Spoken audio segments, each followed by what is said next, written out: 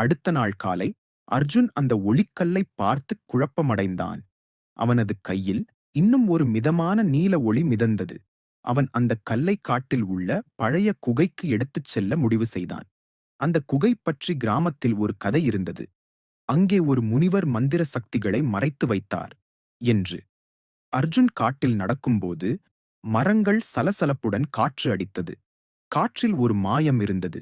குகை வாசலின் அருகில் ஒரு பழமையான குறியீடு ஒளிர்ந்தது. கல் அதைத் தொடும்போது சுவர் திறந்தது. அந்த சுவர் பின்னால் ஒரு கல் பலகையில் மந்திர எழுத்துகள் மிதந்தன.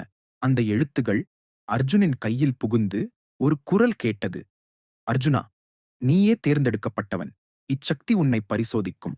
இதுவே உன் பயணம் ஆரம்பம். அவன் கண்களில் ஒளி மின்னியது. சக்தி விழித்தது.